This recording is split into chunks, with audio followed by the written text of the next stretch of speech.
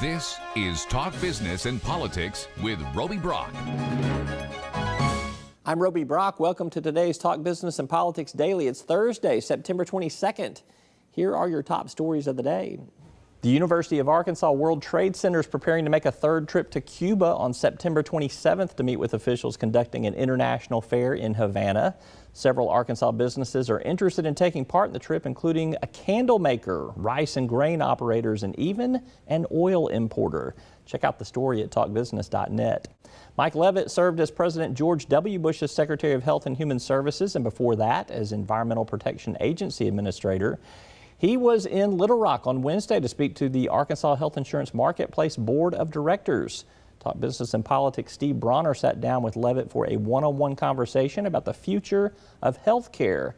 He had some interesting things to say about Arkansas. You can also check that out on our website at talkbusiness.net. Finally, a proposed medical marijuana act will remain on the ballot. The state Supreme Court ruled today. Justice Joe Hart wrote that the ballot title is an impartial summary of the proposed measure. Also, the State Chamber of Commerce, which opposes both medical marijuana proposals, announced its formal opposition to a proposed casino expansion amendment today. You can keep up with stories like these each and every day on our website at talkbusiness.net or sign up for our email newsletter. They'll be delivered in your inbox every morning. Check it all out at talkbusiness.net. Still to come, from startups to seasoned businesses, we'll cover it all. Fayetteville entrepreneur John James joins me for a quick Q&A. And later, AEDC Director Mike Preston is gearing up for another overseas trip to China. What are his expectations? We'll find out after this. First Security is here. Only here. So that means we're here, here, and here. Even here. And definitely here. Because here is where we want to be for you. First Security Bank, only in Arkansas. Arkansas's most abundant natural resource provides the core asset for Deltic Timber Corporation. In addition to the sustainable yield stewardship of its well-stocked timberlands, Deltic adds value by integrating its efficient wood products manufacturing facilities as well as through planned development of commercial and residential real estate. Deltic Timber Corporation, creating value for a growing Arkansas. Well, John James is one of the most dynamic business leaders in Arkansas. His Fayetteville-based incubator and startup funding vehicle, Hayseed Ventures, is always cooking something in the oven when it comes to new business. I sat down for a Q&A with the entrepreneur extraordinaire for an update on his latest. We've started 12 companies in 15 months. We started off by partnering with a couple of companies. We moved a tuxedo rental company, Mingwin, from Atlanta, Dallas to here. And then we did another partnership with a group out of Little Rock. And for the most part, the next 10 deals we've done have all been helping companies get off the ground and starting them from scratch internally in the old post office. You're not finding any shortage of people wanting to come to you and get your advice for startups? No problem in that at all. A lot of intelligent people walk through the doors here, and we just have to have time to pursue all the really good opportunities that have come in here. The only thing we're missing is some capital to support these things in the state today. That's John James, serial entrepreneur with Hayseed Ventures. He is doing the Lord's work in Northwest Arkansas. When we come back, we go inside the numbers for a look at politics. And later, AEDC Director Mike Preston shares his expectations for an upcoming trade trip to China. We're back after this.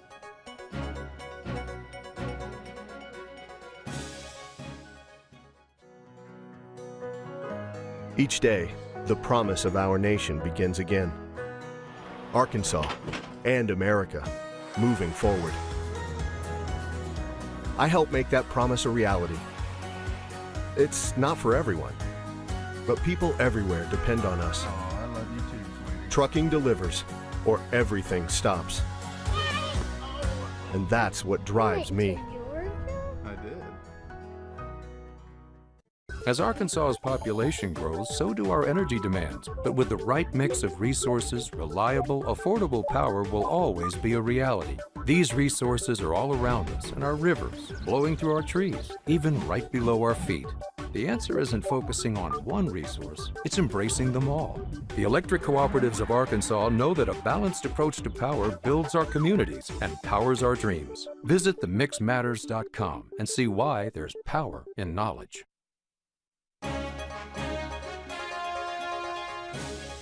How about a little political polling? The latest Talk Business and Politics Hendrix College survey is out. 831 respondents, all likely Arkansas voters this fall. Conducted late last week, a margin of error of 3.4%. Our first question, if the election for president were today, which candidate would you support? Actually, 55% said that they would vote for the Republican nominee, Donald Trump. That number is up from 49% that we saw in late June.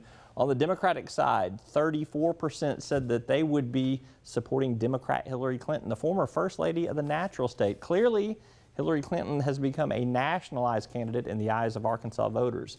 That leaves about 11% for either those voting for Libertarian Gary Johnson, Green Party candidate Jill Stein, another candidate, or just plain undecided. Actually, of the 11%, only 4% said they were undecided. So this race is pretty cemented.